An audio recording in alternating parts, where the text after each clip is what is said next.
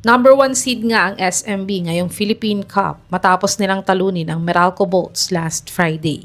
Pero pangalawang team lang sila na nakaklinch ng twice to beat advantage para sa PBA playoffs. Dahil rain or shine ang naunang nakaklinch ng twice to beat advantage matapos nilang talunin ang Magnolia sa Bahrain. Ngunit, tinalo sila ng Barangay Ginebra sa second game nila sa Bahrain. Kaya't ang SMB nga ang naging top seed ngayong conference. Pero naghahanap pa nga sila ng huling player na kukumpleto ng roster nila para sa PBA playoffs. Kaya't narito nga ang mga free agents na tinatarget ng SMB para sa PBA playoffs. Top 5, Alvin Pasaol. Unrestricted free agent nga si Alvin ngayon sa PBA. Matapos siyang bitawan ng Meralco Bolts last of season dahil hindi na siya binigyan ng extension contract. Pero sinubukan nga niyang mag-tryout sa Titan Ultra, ngunit hindi nga siya nakuha dito. At ngayon nga ay naghahanap pa din siya ng PBA team na pipick up sa kanya. Kaya't dito nga ay pwede siyang idagdag ng SMB sa roster nila para makumpleto na ito para sa playoffs. Nag-a-average si Pasaol ng 3.1 points, 2.2 rebounds, 1.1 assist, 33% 3-point shooter at 33% free throw shooter sa kanyang last PBA 49th Philippine Cup. Panoorin natin ang mga best game highlights niya sa Meralco Bolts kung gaano siya kagaling na player.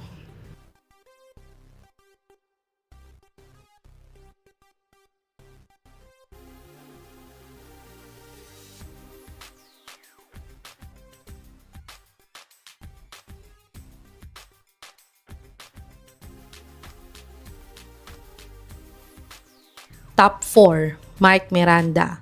Si Miranda nga ay binitawan na ng NLEX Road Warriors last month. Ito ay dahil loaded na nga ang roster ng NLEX dahil sa mga batang players na nakuha nila sa PBA draft.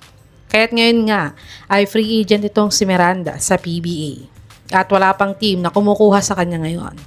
Sayang nga itong si Mike dahil may shooting pa naman siya bilang isang big man. Pero pwede nga siyang idagdag ng SMB sa lineup nila kung gusto nila siyang subukan. Nag-average si Miranda ng 5.7 points, 2.2 rebounds, 0.2 blocks, 30% 3-point shooter, at 100% free throw shooter sa kanyang last PBA 49th Philippine Cup. Panoorin natin ang maikling basketball game highlights ni Miranda sa PBA kung gaano siya ka-shooter na big man.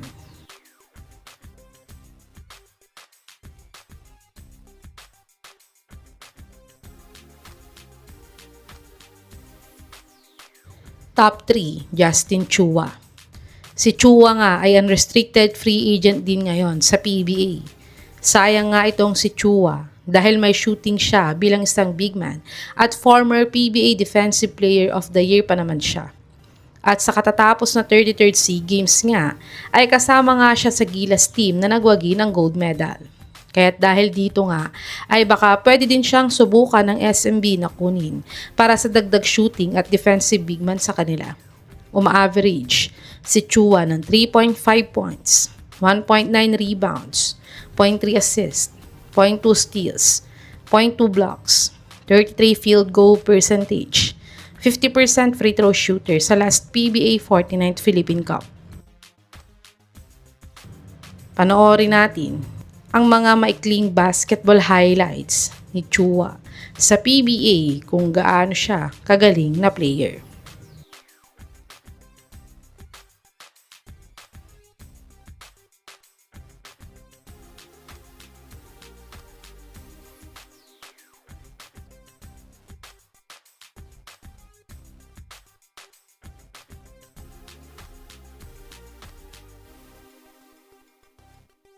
Top 2, Jamie Malonzo. Si Malonzo nga ay na-wave na ng team niya sa Japan B-League. Matapos lang ang ilang games sa Japan, ay binitawan na siya sa bad performance niya sa kanila. At umuwi na lang siya sa Pilipinas at nagbaka sakaling mapapasama sa Final 12 ni Coach Team sa World Cup qualifiers.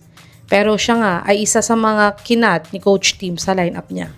Ngunit, na-call up naman agad ni Coach Norman sa Gilas roster niya para sa 33rd SEA Games. At blessings in disguise nga ito para kay Jamie dahil nag-gold medal naman siya dito.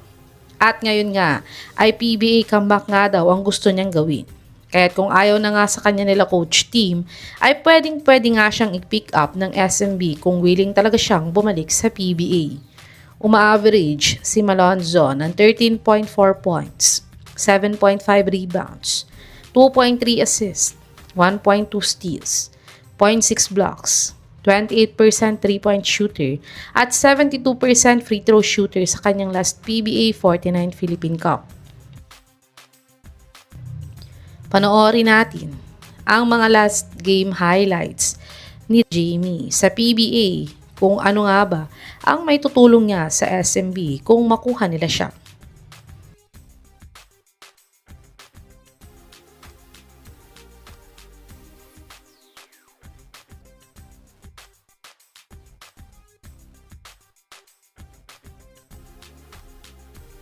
Top 1, Gio Ambohot. Si Ambohot nga ay na-trade ng Converge sa Titan Ultra bago magumpisa ang conference na to. Dahil hindi na nga siya nagagamit sa Converge dahil sa dami nilang big man sa team. At naging role player naman siya ngayon para sa Titan Ultra. Pero dahil may kataasan nga ang sweldo niya sa Converge, ay baka di nga siya ma-extend ng Titan next PBA season.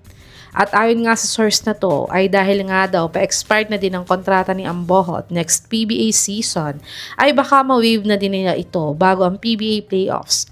At ang frontrunner nga daw na isign siya ay itong SMB kung matutuloy nila siyang i-waive at hindi magkasundo sa contract extension niya sa Titan.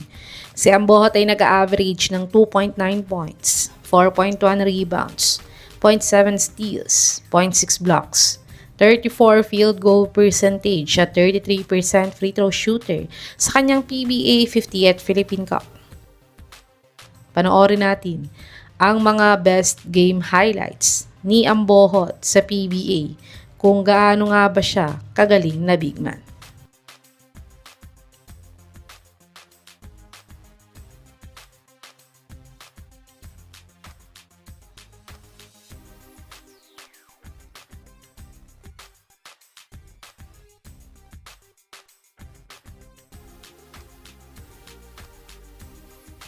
Ito ang final free agents target ng SMB para sa PBA playoffs.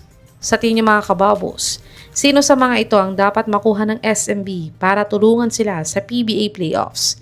I-comment niyo na po yan sa baba.